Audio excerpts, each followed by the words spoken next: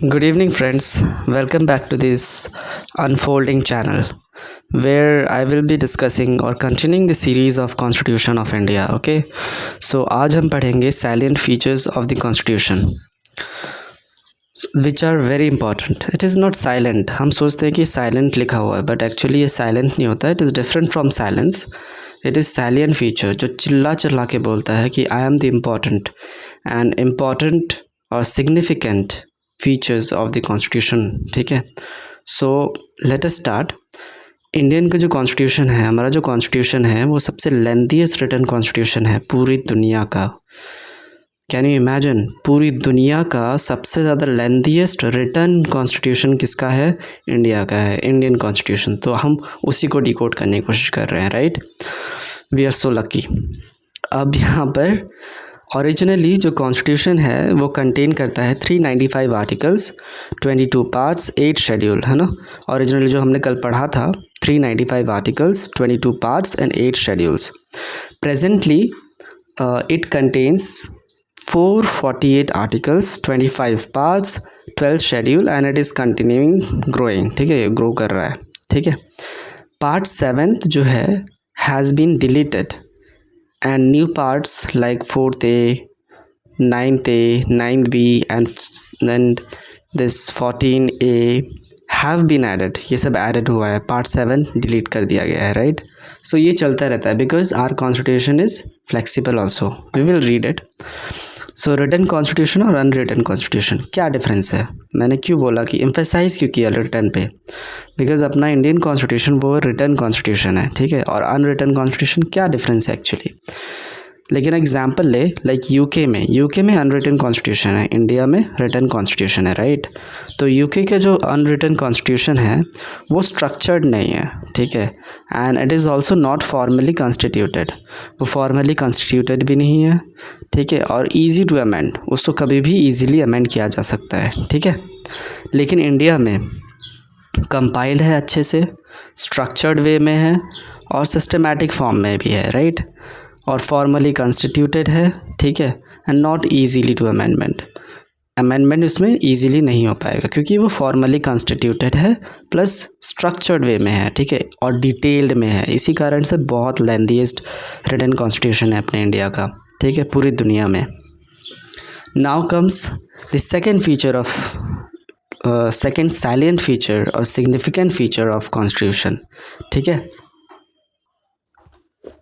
now federalism. Okay, this refers to the existence of more than one level of government in the country. ठीक है, federalism ये हमने कहाँ से लिया था, कहाँ से बोरो किया है? अगर तुमने मेरा पहले जो वीडियो बनाया था, सबसे लगभग पहला वीडियो था पॉलिटी का, तो उस वीडियो में कहाँ से क्या क्या बोरो किया है वो बताया था. तो फेडरलिज्म कहाँ से बोरो किया था, late me know in the comment section after watching that video. Okay, वो वीडियो देखने के बाद मुझे कमेंट सेक्शन में बता देना फेडरलिज्म हमने कहाँ से लिया था. वैसे भी बता देंगे. ठीक है, this refers to the existence of more than one level of government in the country, है ना. मतलब एक लेवल नहीं होता है कंट्री में जो गवर्नमेंट का, but there are different levels of the government in a country. ठीक है, like for example 3 tier government exist in India. India में 3 tier गवर्नमेंट है, यूनियन, सेंटर, फिर स्टेट्स और local bodies. So different many local bodies से states बनते हैं. फिर स्टेट्स से डिफरेंट स्टेट, टोटल 28 स्टेट्स है अपने इंडिया में. तो 28 स्टेट्स से पूरा एक कंट्री बनता है, that is union and centre. So this is how we can understand, right. और अंडर फेडरलिज्म जो स्टेट्स है are not merely agents of federal government. State जो है वो merely agents of federal government नहीं है. They derive their authority from the constitution itself. वो अपनी अथॉरिटी कहाँ से?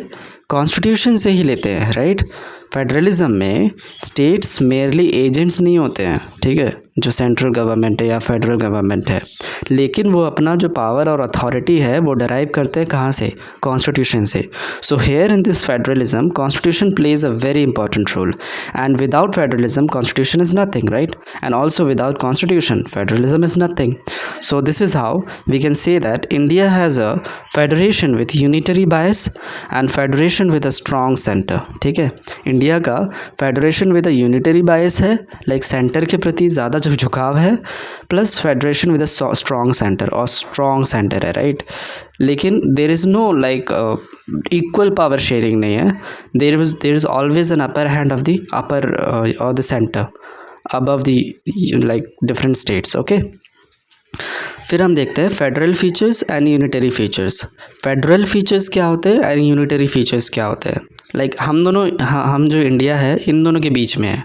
We are not totally explicitly पूरा intrinsically we are not federal in nature, even we are not unitary biased, we are in between both of them, we will see, okay.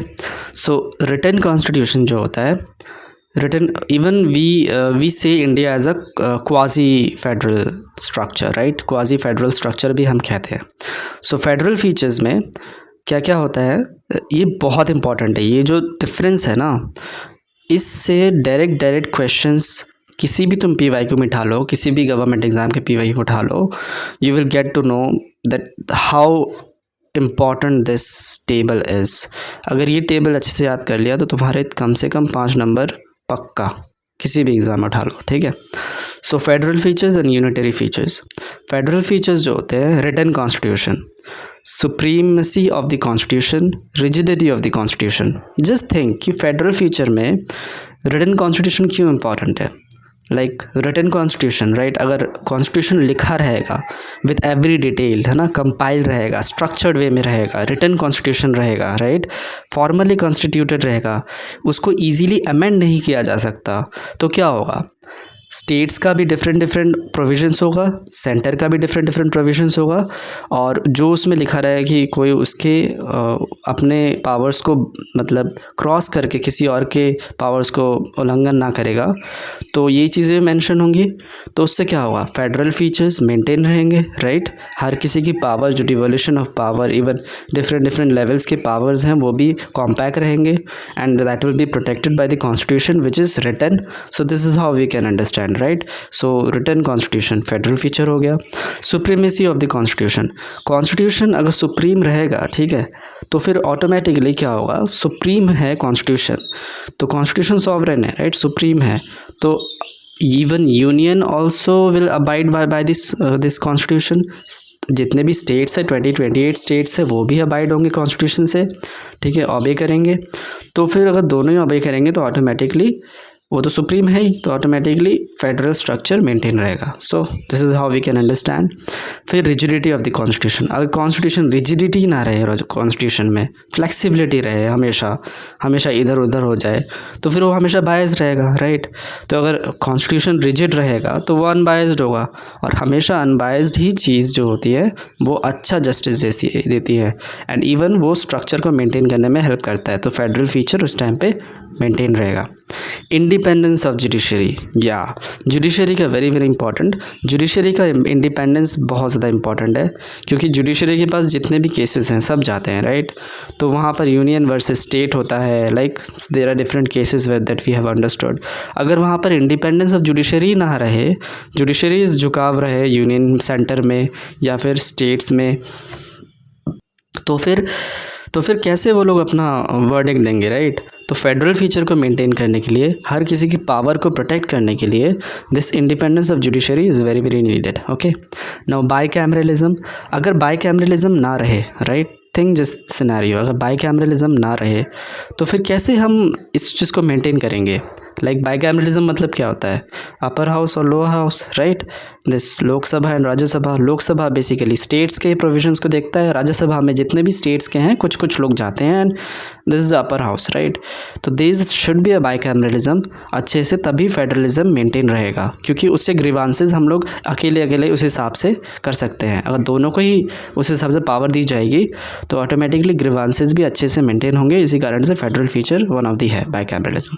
Dual government, अगर dual government ही ना रहे, dual polity ना रहे, right, तो फिर problems face होंगे, right. क्योंकि अगर हम अपने पावर्स को डिवोल्यूशन के हिसाब से पावर्स को डिस्ट्रीब्यूट ना करें, है ना, डिसइंटीग्रेट ना करें, है ना, डिसेंट्रलाइज ना करें, ठीक है, दूसरे गवर्नमेंट में डुअल गवर्नमेंट होगा तभी तो दूसरे गवर्नमेंट कर सकते हैं, करेंगे तब जाके फेडरल फीचर को और भी ज़्यादा ताकत मिलेगी, स्ट्रेंथ मिलेगी। So this is how we can understand all the points in the federal structure. And उसी तरफ से दूसरा जो है यूनिटरी फीचर है, इसमें क्या है कि single constitution, right, single constitution, single citizenship जो कि इंडिया में भी है, ठीक है, यूनिटरी फीचर भी है। इंडिया हमारा कौन सा है, ये भी है, right, supremacy of the constitution भी है, रिजिडिटी ऑफ द कॉन्स्टिट्यूशन भी है, कुछ कुछ टाइम पे इंडिपेंडेंस ऑफ जुडिशरी भी है, बाईकैमरलिज्म भी है, डुअल गवर्नमेंट भी, सभी लगभग है हमारे पास, राइट।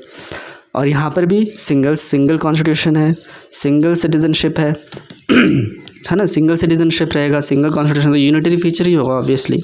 इंटीग्रेटेड जुडिशरी, है ना, जुडिशरी अगर इंटीग्रेटेड होगी, इंटीग्रेटेड मतलब क्या कि मान लो सुप्रीम कोर्ट है, राइट, उसके नीचे हाई कोर्ट है, उसके नीचे डिफरेंट डिस्ट्रिक्ट कोर्ट्स है, उसके नीचे different tribunals, different laws, quasi tribunals हैं जितने भी हैं, डिफरेंट पंचायती लॉज हैं, राइट, तो ट्रिब्यूनल्स हैं। तो ये सारे के सारे लिंक्ड हैं। अगर सुप्रीम कोर्ट ने एक वर्डिक्ट पास किया तो जितने भी नीचे लोअर कोर्ट्स हैं वो उससे बाइंडिंग होंगे, राइट। तो there is an integration, okay, so integrated judiciary. तो इससे क्या होगा, यूनिटरी फीचर को स्ट्रेंथ मिलेगी। Now comes all India services, okay, IAS जितने भी होते हैं, तो वो लोग क्या है, वो लोग क्या करते हैं, सेंटर का रिप्रेजेंटेशन करते हैं डिफरेंट स्टेट्स में, what ever policies, what ever जितने भी स्कीम्स पॉलिसीज़ सेंटर बनाता है इन पार्लियामेंट, वो सारा का सारा इम्प्लीमेंटेशन का काम कौन करता है, ये ऑल इंडिया सर्विसेज ही करती है, डिफरेंट स्टेट्स में जाके, डिफरेंट डिस्ट्रिक्ट्स में जाके, as a DM and all. So if you are going to become aspire to become an IAS officer, then you will do the same thing. तो तुम unitary feature को ज़्यादा strength दे रहे हो in the same field. Now emergency provisions क्या होते हैं, लाइक आप देख लोगे कि अगर एमरजेंसी प्रोविजन क्या होता है, 365 360, राइट। तो ये क्या है, जब भी किसी स्टेट में, लाइक मणिपुर में एग्जांपल, प्रॉब्लम्स हो रहे हैं, राइट, तो फिर ऑटोमेटिकली 365 आर्टिकल लग जाएगा, एमरजेंसी प्रोविजंस लग जाएंगे स्टेट में, जो लग रखा है अभी, राइट। तो this is the power of unitary, right, union का। तो ऑटोमेटिकली यूनिटरी फीचर को स्ट्रेंथ मिलती है।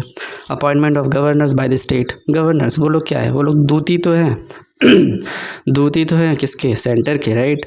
What ever is happening in any state, whatever take, right, वो सारा का सारा रिपोर्ट जाता है प्रेसिडेंट के पास, through whom, through governors. So they are basically क्या कर रहे हैं, वो लोग सेंटर को और भी स्ट्रेंथ दे रहे हैं। So this is how we have to understand this. मैंने इसमें टाइम इसलिए ज़्यादा लगाया because this is very very important, और ये हर एग्ज़ाम में आता है। I hope you understand every single point जो भी मैंने यहाँ बताया, and it will be helpful in your exam, I am damn sure. Just इस वीडियो को 2-3 बार ही देख लेना, काम हो जाएगा बहुत बढ़िया से, okay. Now let us see different comments of Indian federalism, okay, on Indian federalism. ये भी बहुत इंपॉर्टेंट है, ये भी बहुत ज़्यादा इंपॉर्टेंट है। तो फिर क्वाजी फेडरल किसने कहा था, बाय KC वेरे। क्वाजी से के याद रखना, क्वाजी के, ओके, क्वाजी हम बोल रहे हैं, राइट, तो KC वेरे। क्वाजी फेडरल किसने कहा था, KC वेरे। इंडियन कॉन्स्टिट्यूशन को, इंडियन फेडरलिज्म को KC वेरे ने क्वाजी फेडरल कहा था। ग्रैनविल ऑस्टिन ने क्या कहा था, कोऑपरेटिव फेडरलिज्म। ग्रैनविल ऑस्टिन, ठीक है, ग्रैनविल ऑस्टिन कोऑपरेटिव, है ना, ग्रेन का कोऑपरेटिव, ठीक है, ग्रैनविल ऑस्टिन का cooper, right, cooperative, okay.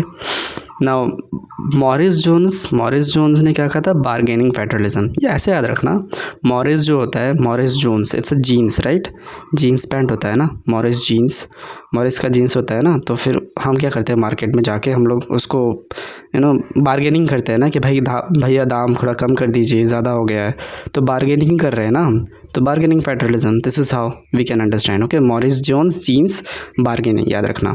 Granville, grain अगर नीचे गिर जाता है, ठीक है, उसको हम धीरे धीरे इकट्ठा करते हैं, राइट, इकट्ठा कर रहे हैं, टुगेदर, तो कोऑपरेटिव फेडरलिज्म, राइट। क्वाजी से कैसी वेयर है, हम याद रखा। और रही बात centralising tendency, federalism with centralising tendency किसने कहा था, आइवर जेनिंग्स, ओके। आइवर क्या करता है, आइवर मतलब क्या था, मतलब वो लोग मतलब तुम्हारे जितने भी मोती होते हैं उससे पूरा हार बनता है, राइट। तो आइवर जेनिंग्स, तो हार एक सेंट्रलाइजिंग एक एक धागा होता है, उसी से बनता है, राइट? तो centralising tendency, federalism with a centralising tendency.